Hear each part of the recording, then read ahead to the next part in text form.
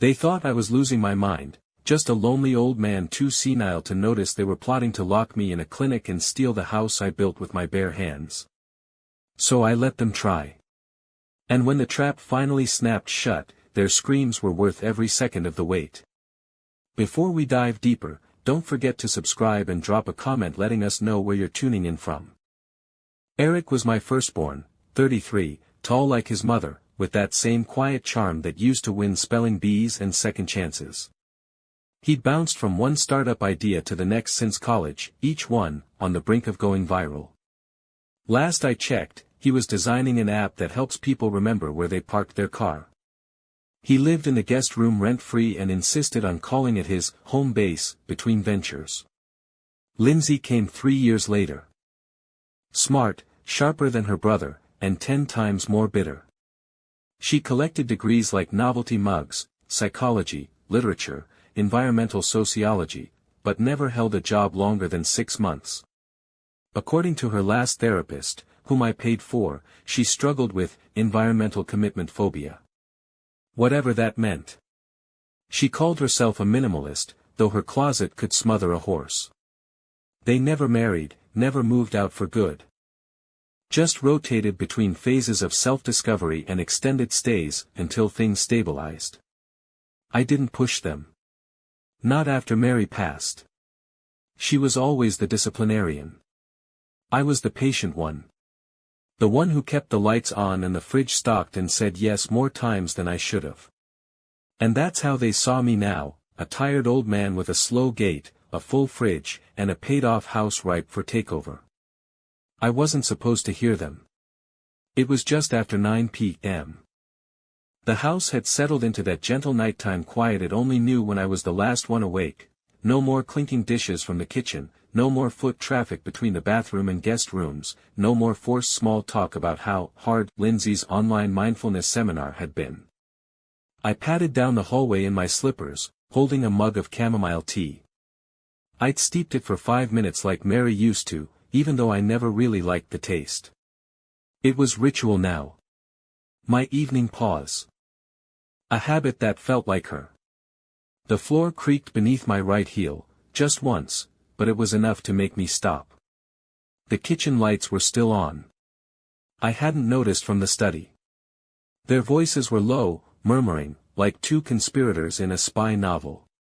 I took another careful step, leaning ever so slightly toward the archway that separated the hallway from the kitchen. And then I heard it. "He's fading," Eric whispered, his voice half drowned by the soft hum of the refrigerator. I mean, he didn't even remember his Wi-Fi password yesterday. I froze. My mug hovered midair, steam curling lazily toward the ceiling, untouched. "Exactly," Lindsay said, tapping something on her iPad. I heard the glass screen clicking beneath her nails. "We wait another month, maybe 2, and then we have the paperwork ready. Power of attorney, medical support affidavit. You know, the 'he's a danger to himself' package." Her tone was so casual, so rehearsed, it made my stomach turn. I leaned against the doorframe, the hallway shadows cloaking me. From this angle, I could just make out the edge of the dining table, Lindsay's bright green cardigan draped over one chair, Eric's sandals kicked off beneath another. They sat across from each other, mugs of herbal tea between them. Lindsay's was that jasmine blend I bought last week because she said it helped her with emotional congestion. They chuckled softly, the kind of laughter that's meant to feel intimate. Private. Triumphant. I gripped the mug tighter. "I already called a couple places," Lindsay continued, swiping through photos on her screen. "That new senior wellness campus up north. If we claim early onset signs, they'll take him. Say it's preventative. They even do memory evaluations." Eric let out a low whistle. "He won't like that. He won't get a choice," she said flatly. "And once we get him into one of those facilities, we can start renting this place out. Or sell it. The market's hot right now. Sell it. This house. The one I designed with Mary down to the last light switch. The oak beams above the kitchen were hers, she picked them out on a road trip to Tennessee in '92. The tiles under their feet, the pantry doors they opened, the very sink they washed their tea mugs in, ours. My hands trembled, not from age, not from weakness, but from something sharper. Something colder. Not anger. Not yet. Disappointment. Pure and total. The kind that crawls into your lungs and steals your breath. The kind you don't cry over, because there's nothing left to mourn. 33 and 30 years old. No partners, no plans. Just drifting satellites, orbiting my house like it had its own gravity. Always landing when things got rough, and always overstaying once they did. I stepped back into the hallway, slowly, silently. The tea had gone cold. My slippers made no sound on the rug as I returned to the study and eased myself into the leather chair that once creaked under Mary's weight when she'd stay up reading. She always said I was too generous with them. Too hopeful. That hope died tonight. I set the mug down on the coaster she painted in 1985, blue and orange with little daisies, the glaze chipped on one corner. I opened the cabinet drawer to my right, reached past old tax documents and 2 faded birthday cards, and pulled out the metal safe. 3-digit combo. Still the same, 918. Her birthday. It clicked open. Inside, a folder labeled in bold black marker, Operation Lighthouse. Just in case. I'd started it 2 years after Mary died, during one of Lindsay's temporary returns. It wasn't a plan. Not back then. Just a pile of observations, copied keys, legal contacts, and reminders of what I still owned, and who technically had access to what. But now. Now it was the blueprint. My mind, the one they thought was slipping, had never been sharper. While they spent their 20s figuring themselves out, I had prepared. And now, I had nothing left to lose, except the house they were so hungry to take. Let them try. They were about to learn what happens when you try to steal from a man who's already buried the love of his life, and live to guard what remained of her memory. The next morning, the kitchen smelled like burnt toast and cheap coffee. I walked in like nothing happened, still in my robe, and found Eric slouched at the table, scrolling on his phone. "Mornin', Dad," he mumbled, not looking up. "Morning," I said, moving to the counter. "You burned the toast again." "Yeah," he muttered. "Your toaster's slow. Takes forever." It wasn't the toaster, it was the fact that he pressed it down 3 times and then walked away to check his crypto wallet. Again. I pulled out the skillet, cracked 2 eggs, and let the sizzle fill the silence. Just like I had every morning since they moved back in. It used to feel like a way to care for them. Now it felt like feeding the enemy. Lindsay wandered in a few minutes later, wearing my old high school track hoodie like it was hers. She had her hair in a messy bun and a smoothie in one hand, one of those protein blends I'd bought for her last month when she said she was finally focusing on her health.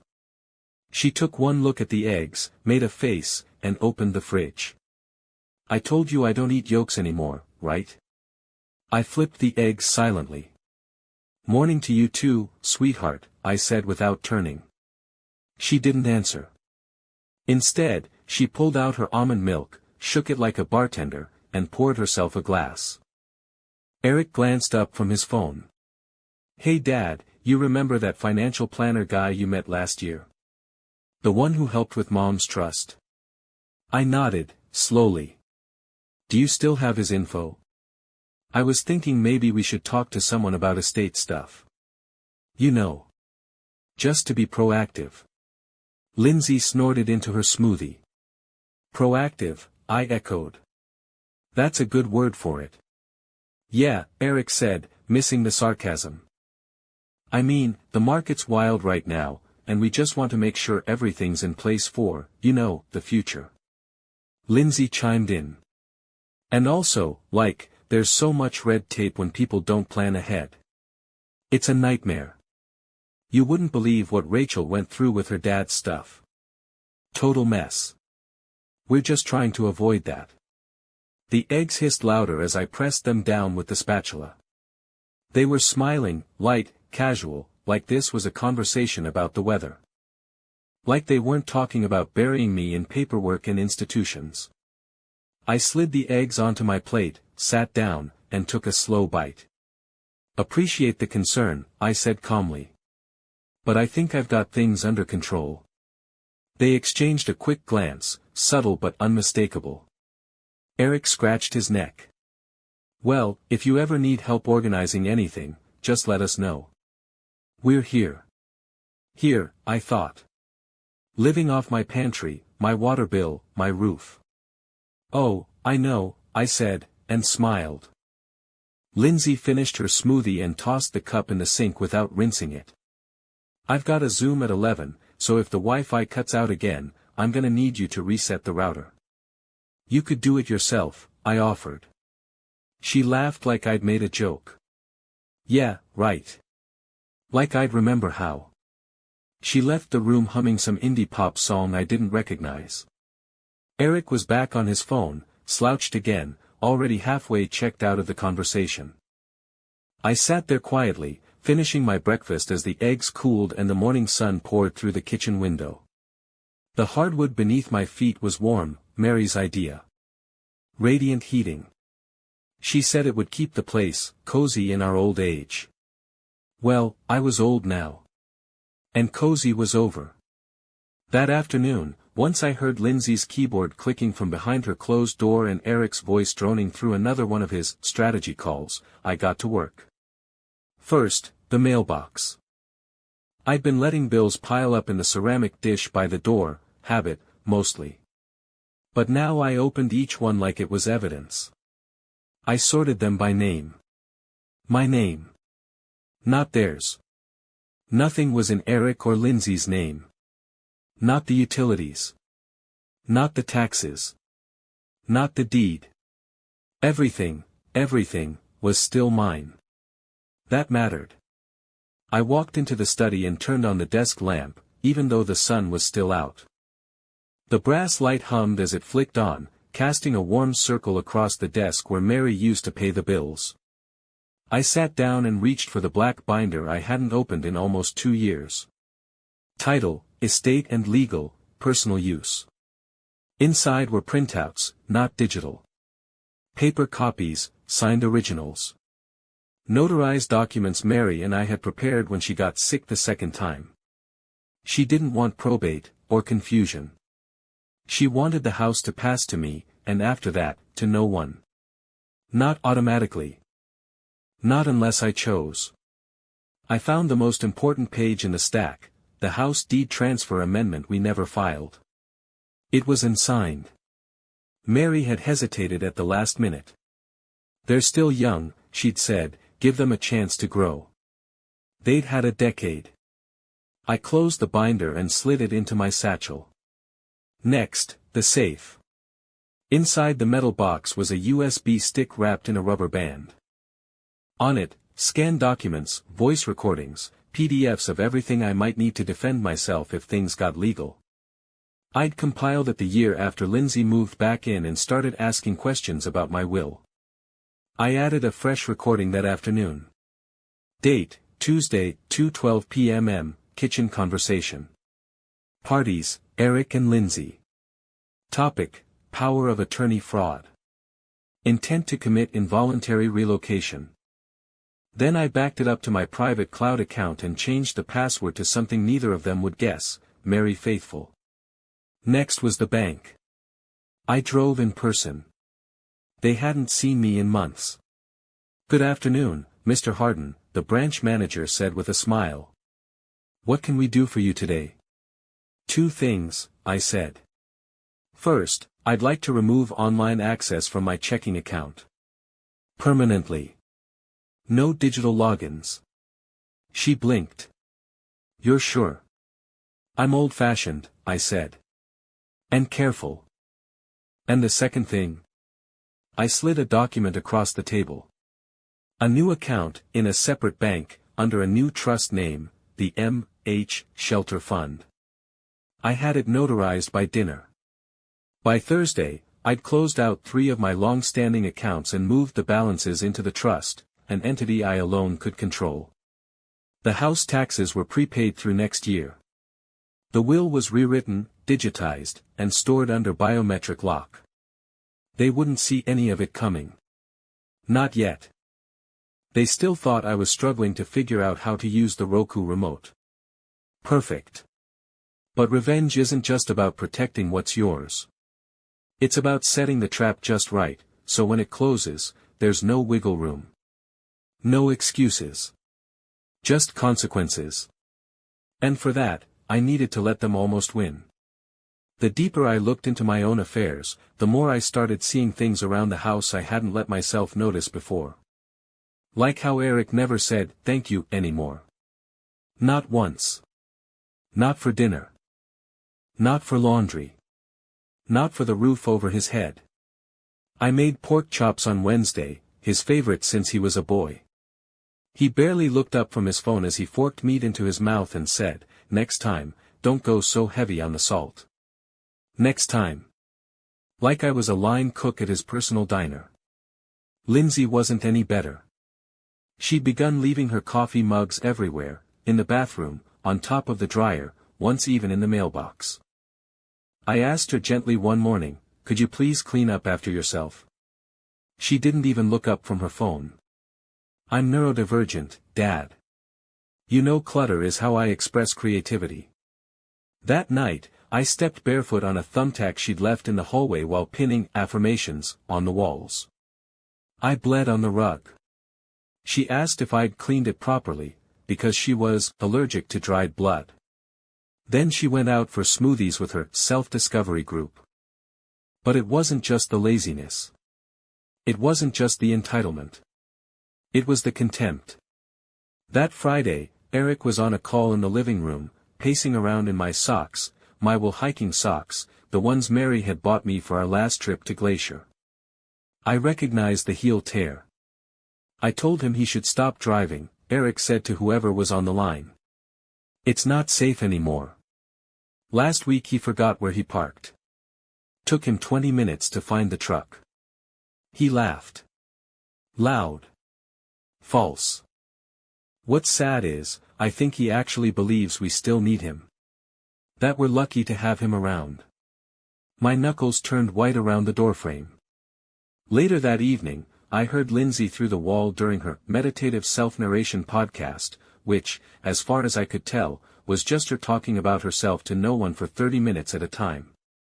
She was saying, "I'm in a space where I'm choosing not to feel guilt for using resources that are already there. That's not abuse, it's adaptation. My dad chose to be a patriarch, and now the structure he built needs to serve the next generation. That's not stealing. That's reclaiming space. Reclaiming space. My house. My food. My pension." She said it like she was storming a beach. It was all so clinical. So intellectualized. So detached from the reality that their lives were built on decades of sacrifice they barely acknowledged. But now they'd get to see what real structure looked like. And I was ready to start laying the bait. The first seed I planted was small. At breakfast, I stared at the toaster like it was a riddle. Eric walked in, phone in hand, earbuds dangling from his hoodie. I turned to him, brow furrowed. "How do I work this thing again?" I asked. "It's not heating." He gave me a look. That smug kind, the one he used to give kids he beat at chess tournaments. "You push the lever down, Dad." Right, I muttered, like I'd just been handed state secrets. He didn't question it. Just turned back to his phone and walked out. Later that day, I stood in the hallway and opened the linen closet, pretending to forget what I came for. Lindsay passed me with a glass of iced tea. "Everything okay, Dad?" she said without stopping. I rubbed my chin. I was looking for toothpaste. No. Towels. That's right. Towels. She stopped and stared, the kind of pause you hear more than see. "Maybe you need to write things down," she said carefully. Keep a little notebook. You know, just to stay sharp. Oh, that's a good idea, I said, like I'd never heard of paper. By that evening, I'd started a fake logbook and left it on the coffee table. Groceries, milk, bread, batteries. Ask Lindsay if I already bought batteries. Forgetting things a lot lately. It was gone by the next morning. I found it later in her room, half hidden under her vision board. The next phase was trickier, emails. I forgot my Gmail password and asked Eric to reset it for me. Again, he said, but he did it. Then I sent a group email to both of them titled Important House Documents, completely blank. 5 minutes later, I heard Lindsay call out from her room, "You meant to send something?" "Oh," I said, scratching my head. "Guess I messed that up too." They were hooked now. You could see it in the way they talked slower around me. Like I might forget the start of a sentence before it ended. Like I'd become a fragile lamp they needed to carefully box up before shipping off to storage. It was exactly what I wanted. By the end of the week, I'd accidentally left the oven on for 3 hours with nothing inside it. I made sure Lindsay saw me discover it. "Dad, that's dangerous," she said, trying to sound concerned. "You could have started a fire." "Oh, heavens," I said, shaking my head. "Must be losing it. Can't believe I forgot again." She texted someone right there in front of me. Eric followed up with a softly spoken, "We really need to think about safety, Dad. For your sake." I nodded, solemn as a monk. They didn't know I'd installed a Wi-Fi outlet on the oven circuit that morning and turned it on manually from my phone. No heat.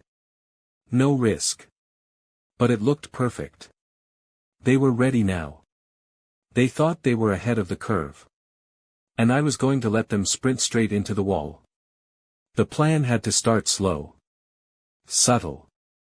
They needed to believe they were the architects of their own little heist. So I began with small mistakes. I forgot to turn off the stove one morning after making oatmeal. Let the pot simmer until Eric came rushing in, waving a towel and coughing dramatically. "Jesus, Dad. You trying to burn the place down?" I blinked, feigning confusion. Did I leave it on again? Eric didn't answer. He just muttered something under his breath and stormed off. Then came the missing keys. I lost them twice in 1 week. The second time, Lindsay found them in the fridge, nestled beside the milk carton. I made sure to look horrified. I swear I didn't mean to. "Dad," she interrupted, slowly, like she was speaking to a nursing home patient, "you put your car keys in the refrigerator." I nodded solemnly. Must have been distracted. She didn't say anything more, but I caught the satisfied smile as she typed something on her iPad. Checkmate. Or so she thought. Every incident was planned. Every lapse, calculated. I wrote it all down in a small notebook I kept behind the old National Geographics in the study. Thursday, April 3rd, misplaced keys in fridge. Response, mild concern, zero suspicion. Sunday, April 6th, leave shower running, forget towel. Lindsay laughed, said, "Classic dementia drip." They were documenting, just as I was. Except their files would end up in a courtroom. Mine. They'd build their downfall. Then I let them overhear me on the phone with a fake doctor's office. "Yes, memory's been spotty lately, might be time for an evaluation." I knew Eric would be at the door listening. I left it cracked on purpose. From that point on, they started picking up the pace. Talking to each other in hushed tones when they thought I was napping. Printing out documents in the middle of the night. Whispering in the garage. What they didn't know was that I had cameras in the smoke detectors, ones I'd installed myself during the renovations. They'd forgotten I was a contractor. They'd forgotten everything. But I hadn't. And soon, they were going to walk right into the trap. I started lingering in the hallway more often, tea mug in hand, slippers soft against the carpet. They never learned. Or maybe they were just too arrogant to care. The first one came late one night, after Lindsay's sound bath Zoom session. I heard her in the kitchen on a call. Yeah, the old man's almost cooked, she said, munching on something, probably my shortbread cookies. No, we haven't gotten the papers signed yet, but he's starting to agree with the memory stuff.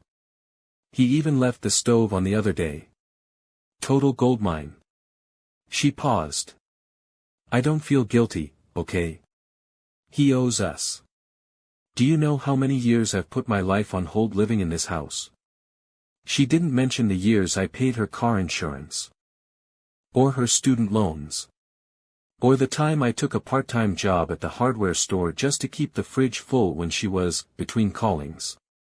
We're just accelerating the process, she continued, as if explaining it to someone who needed convincing.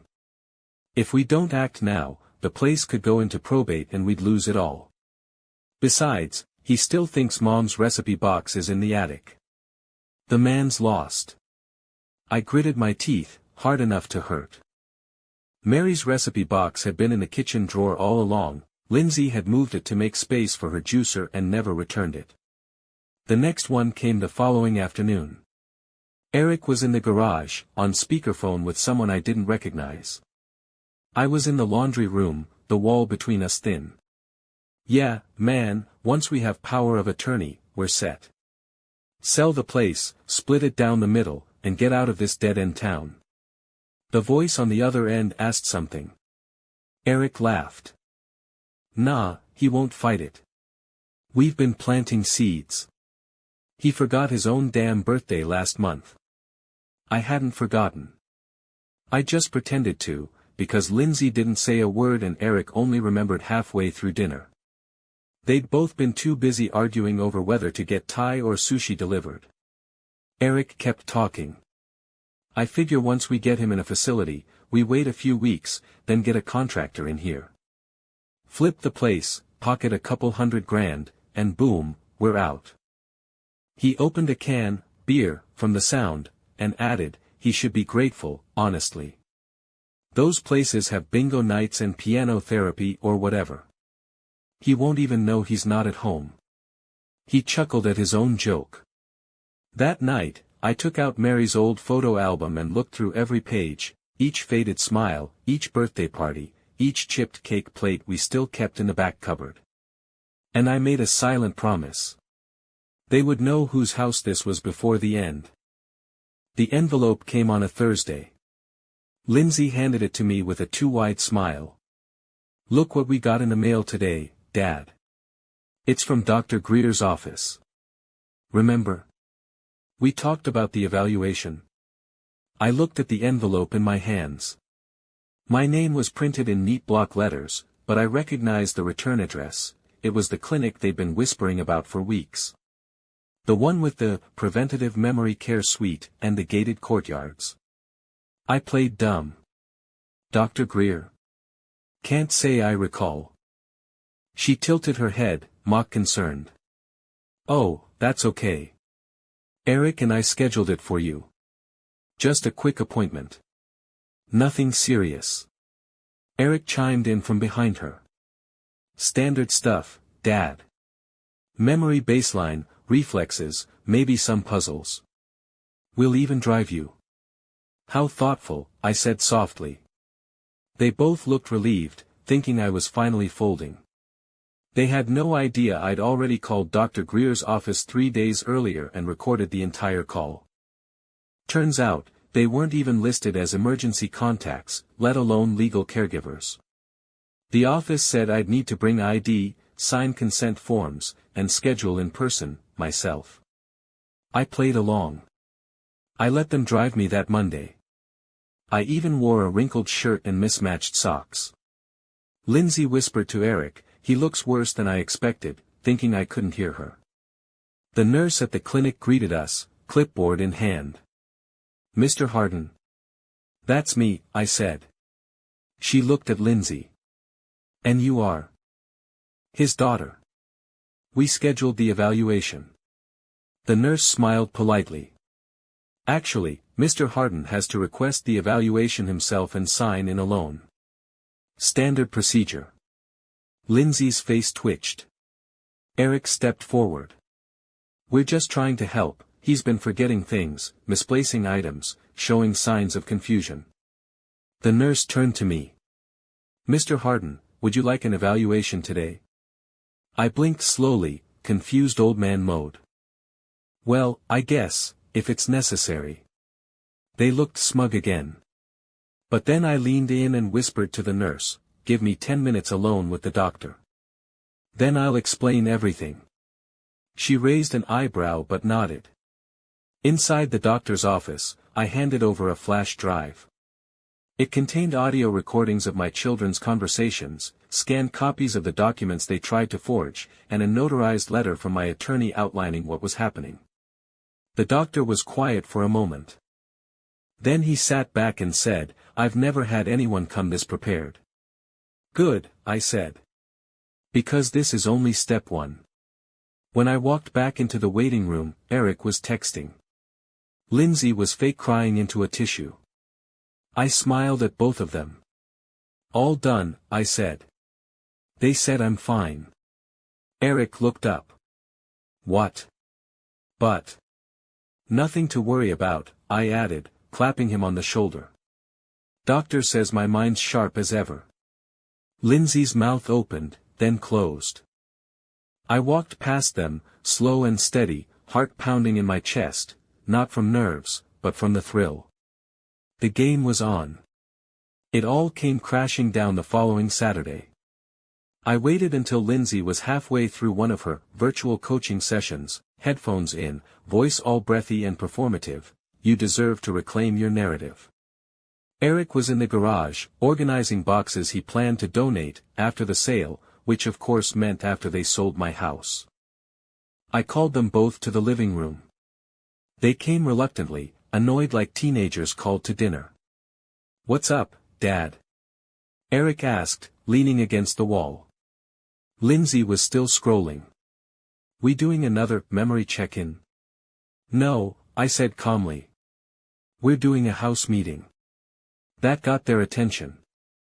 I placed a thick manila envelope on the coffee table. On top, 2 sets of documents. One labeled eviction notice, the other power of attorney fraud, pending complaint. Lindsay frowned. What's this? I didn't answer. I pressed play on my phone instead. Out came her voice, clear as glass. We wait another month, maybe 2, and then we have the paperwork ready. Power of attorney, medical support affidavit. You know, the he's a danger to himself package. She froze. Eric's jaw dropped. I let the full clip play, every recorded whisper, every smug joke, every plan to lock me away and cash in on the home I'd built with Mary. Then I spoke. I've already filed a report with the state attorney's office. These recordings are admissible. So are the forged drafts you left in the printer. And the typed affidavit I found on your Google Docs account, Lindsay. Eric started to say something, but I cut him off. I also contacted a lawyer 2 weeks ago. Turns out, trying to gain control over someone's assets through fabricated mental health claims can fall under elder financial abuse. That's a felony. Lindsay turned pale. You wouldn't. I stepped closer. You tried to steal my life. My home. Everything your mother and I built. And you did it with full confidence that I wouldn't notice. That I wouldn't fight back. I held up a small, silver key. This unlocks the door to my new apartment, across town. I signed the deed over yesterday. Eric squinted. Wait, signed it over. To who? To a local veteran housing trust. They'll convert it into a transitional shelter for older homeless men. Free housing. Warm beds. Safe, quiet space. Lindsay gasped. You gave the house away? No, I said coldly. I rescued it, from you. Eric's fists clenched. You're crazy. No, I said, reaching for my coat. I'm finally sane. I walked to the front door, already packed. Behind me, they stood frozen in the living room, two parasites who thought they were heirs, staring at the life they thought they owned. Before I stepped out, I turned back one last time. Oh, and by the way, good luck paying utilities. The accounts are closed. Effective immediately. Then I left. The apartment wasn't big. 2 rooms, 1 bathroom, kitchen with a squeaky faucet. But it was mine. Paid off, clean, quiet. No yoga mats in the hallway. No beer cans in the recycling. No entitled voices asking what was for dinner.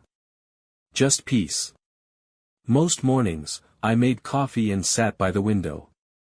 Sometimes I'd go to the shelter and chat with the men living in what used to be my house. Vietnam vets, retired factory workers, guys who lost their footing when the world moved too fast. The kitchen still had Mary's tile. They said it was the first place in years that felt like home. As for Eric and Lindsay, word around town was they tried to contest the deed transfer. Got laughed out of 2 law offices and couldn't afford a third. Eric went crawling to one of his failed startup friends for a place to stay. Lindsay moved in with an ex who made her split rent. Last I heard, she'd started selling emotionally healing crystals online. Neither of them called. Not once. And I was totally fine with that. Hello everyone, and thank you for watching. I truly hope you enjoyed listening to this story as much as I enjoyed creating it. If you did, please consider liking the video and subscribing to the channel to help support the creation of more stories like this. Have a great day or evening.